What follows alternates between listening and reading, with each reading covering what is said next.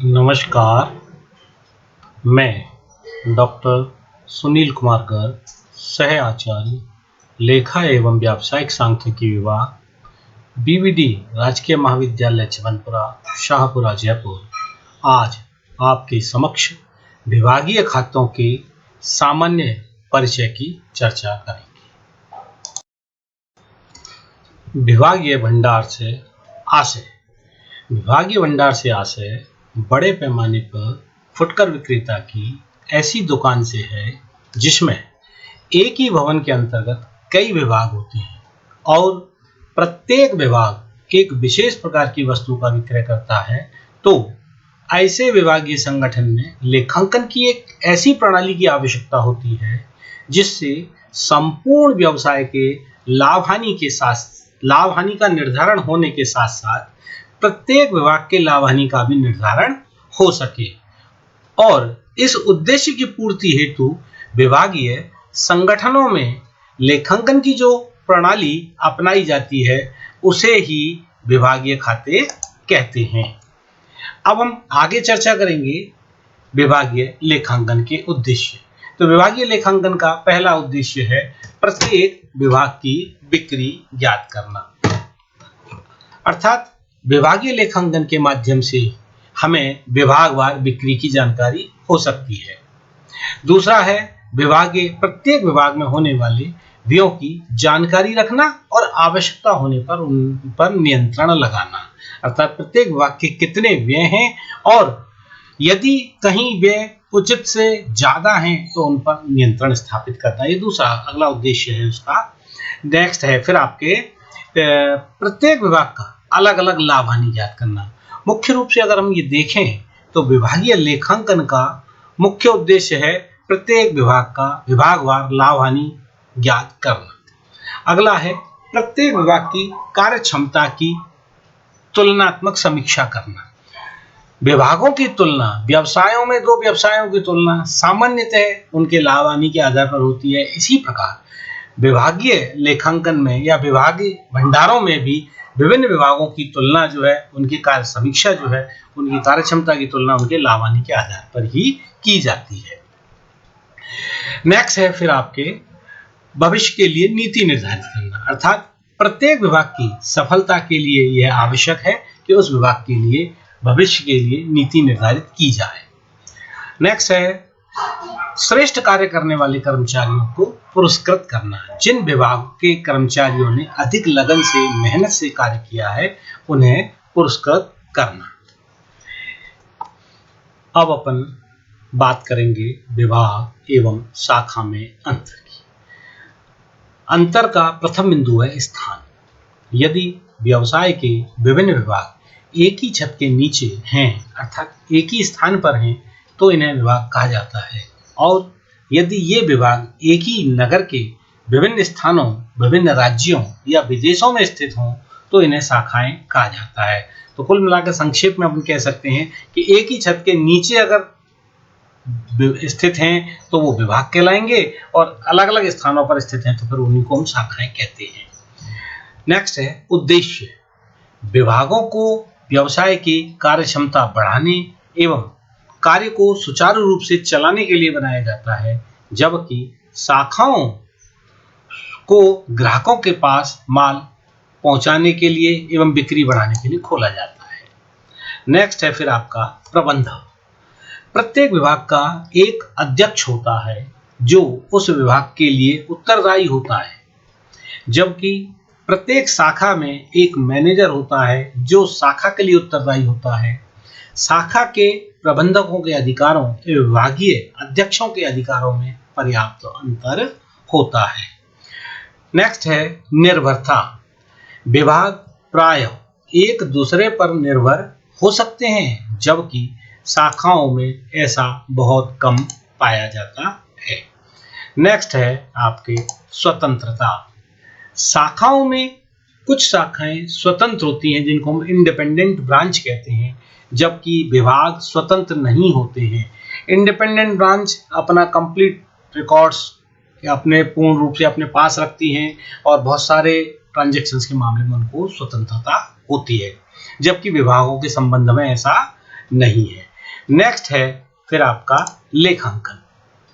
विभागीय लेखे एक स्थान पर रहते हैं क्योंकि ये एक ही जगह पर होते हैं, परंतु शाखाएं अलग अलग स्थानों पर होती हैं। अतः प्रत्येक शाखा अपने अलग अलग लेखे भी रखती है। यद्यपि मुख्य कार्यालय में, जिसको कि हम हेड ऑफिस कहते हैं, सभी शाखाओं के लेखे रखे जाते हैं। नेक्स्ट है फिर आपके वैधानिक आवश्यकता। कंपनी अधिनियम 1956 द्वारा रजिस्टर्ड कंपनियों की शाखाओं के लेखों का अंकेक्षण अनिवार्य कर दिया गया है, परंतु विभाग लेखों का अंकेक्षण अनिवार्य नहीं है। वैसे यह आवश्यकता अब वर्तमान में जो नया कंपनी एक्ट 2013 है उसके अनुरूप भी आवश्यक है। इसके पश्चात अब अपन चर्चा करें विभागीय खाता रखने की विधियां।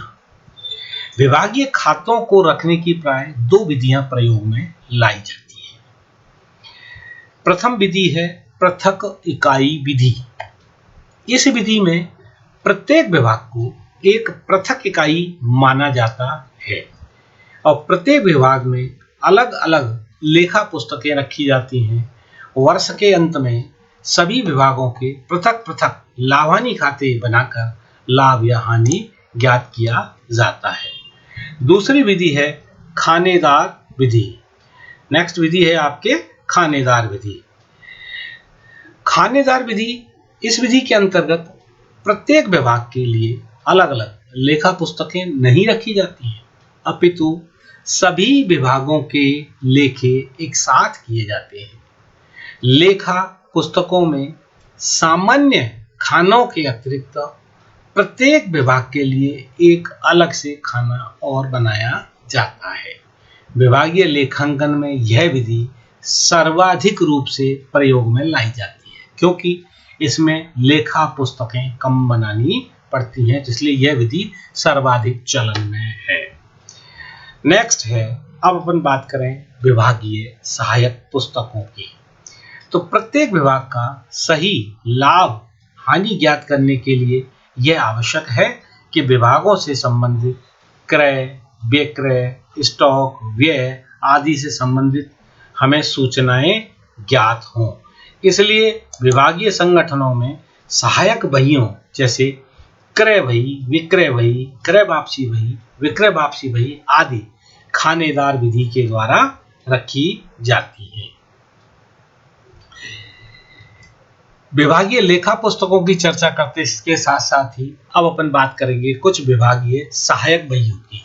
जैसे हम चर्चा कर रहे थे, तो सहायक बहियों में आप अपने टीवी स्क्रीन पर देखेंगे, आप अपने जो है तो उसमें एक आ रहा है आपके विभागीय क्रय बही का प्रारूप। विभागीय क्रय बही के प्रारूप को देखें। पहला कॉलम डेट का, नेक्स्ट है पर्टिकुलर विवरण का, तीसरा है इनवार्ड इनवॉइस। जब भी हम कोई माल परचेज करेंगे तो हमारे पास जो आने वाला इनवॉइस है उसका invoice number, inward invoice number, ledger folio, total amount. अगर डिपार्टमेंटल अकाउंट नहीं होते तो सामान्यतः ये जो कॉलम है सामान्य क्रय बही के कॉलम यही होते हैं, लेकिन चूंकि ये विभागीय क्रय बही है तो कुल अमाउंट के साथ साथ जितने विभाग हैं उतने डिपार्टमेंट वाइज उतने कॉलम हम इसमें और बना देते हैं। इसी प्रकार आप अगला देखेंगे विभागीय विक्रय बही।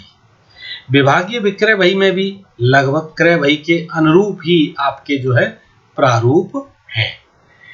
अब इसमें क्रय विक्रय बही में भी क्रय बही के अनुरूप ही आपके प्रारूप है, उसका लगभग वही खाने हैं। पहला खाना डेट का है, दूसरा पार्टिकुलर है, तीसरा है आउटवार्ड इनवॉइस। क्रय बही में इसका नाम इनवार्ड इनवॉइस था। अब हम जब माल बेचते हैं तो जो माल बाहर जाएगा उस बाहर जाने वाले माल का जो हमने हमारे बिल बुक में इनवॉइस नंबर उसका है जो भी वो उसमें यहाँ आ जाएगा, एल लेजर फैल्यू, टोटल अमाउंट। और नेक्स्ट है आपका डिपार्टमेंट वाइज आपके इसके खाने आ जाएंगे। फिर बात आती है विभागीय लेखांकन, जो सामान्यतः चैप्टर का जहाँ से शुरुआत ही है। तो ऐसी व्यावसायिक फर्में जो विभागीय आधार पर संचालित होती हैं उनके वित्तीय विवरणों में निम्नलिखित खाते सम्मिलित होते हैं। अभी तक हमने लेखा पुस्तकों की बात की थी, अब हम बात करते हैं विभागीय लेखांकन के रूप में कौन कौन से खाते बनाए जाते हैं, तो उसमें सबसे पहले बात आती है विभागीय व्यापार एवं लाभ हानि खाता। फर्म के प्रत्येक विभाग के सकल लाभ व शुद्ध लाभ को ज्ञात करने के लिए वर्ष के अंत में विभागवार व्यापार खाता व लाभानी खाता बनाया जाता है। इस खाते के डेबिट पक्ष व क्रेडिट पक्षों में सामान्य खाने के अतिरिक्त प्रत्येक विभाग के लिए एक खाना होता है। इसके पश्चात यह है विभागीय व्यापार एवं लाभानी खाता, departmental trading and profit and loss account for the year ending 31 मार्च, जो भी सन है उसके आगे सन आ जाएगा। इस प्रारूप को अपन देखें तो यह सामान्य व्यापार एवं लाभानी खाते के अनुरूप ही है, अर्थात विभागीय व्यापार एवं लाभानी खाते में भी वही मदें आती हैं, उसी प्रकार मदें दर्शाई जाती हैं जैसे सामान्य व्यापार एवं लाभानी खाते में दर्शाई जाती है। तो आप इस प्रारूप को देखें, पहला कॉलम है पर्टिकुलर का, नेक्स्ट है डिपार्टमेंट, फर्म के मान लीजिए 3 डिपार्टमेंट हैं ABC और एक टोटल रुपीज यानी कुल राशि। इसी तरीके से क्रेडिट पक्ष पर देखें तो पर्टिकुलर, डिपार्टमेंट ABC और टोटल राशि। अब इसके आधे भाग में अपन देखें तो ऊपर आ रखा है टू डेबिट पक्ष पर opening stock, to purchase, to wages, to carriage, to gross profit, और क्रेडिट पक्ष पर देखें तो by sales, by closing stock, by gross loss. ध्यान रखने की बात है, चूंकि ये प्रारूप है, अगर फर्म की बिक्री अंतिम स्टॉक डेबिट पक्ष की मदों से ज्यादा है तो निश्चित रूप से ग्रॉस प्रॉफिट होगा, और यदि डेबिट पक्ष का योग ज्यादा है opening stock, purchase, wages, carries का, सेल्स और क्लोजिंग स्टॉक की तुलना में ग्रॉस लॉस होगा। तो कहने का मतलब एक ही चीज आएगी, या तो ग्रॉस प्रॉफिट या ग्रॉस लॉस। ट्रेडिंग अकाउंट के द्वारा प्रदर्शित जो सकल लाभ या सकल हानि है उसको नीचे प्रॉफिट एंड लॉस अकाउंट में कैरी फॉरवर्ड कर लेंगे अपन। तो बाई ग्रॉस प्रॉफिट BD, अगर प्रॉफिट है तो क्रेडिट साइड पे दिखा देंगे, और अगर सकल हानि है तो डेबिट साइड में टू ग्रॉस लॉस BD। इसके नीचे फिर हम लाभानी खाते की अन्य मदें हैं वो दर्शाई गई हैं, देखेंगे to salaries, to rent and taxes, to advertisement, to printing and stationery, to insurance premium, to depreciation, to bad debts and net profit यानी शुद्ध लाभ। यहाँ भी शुद्ध लाभ या शुद्ध हानि हो सकता है, तो जैसी भी स्थिति है। तो इस प्रकार यह व्यापार एवं लाभानी खाते का प्रारूप आपके समक्ष था।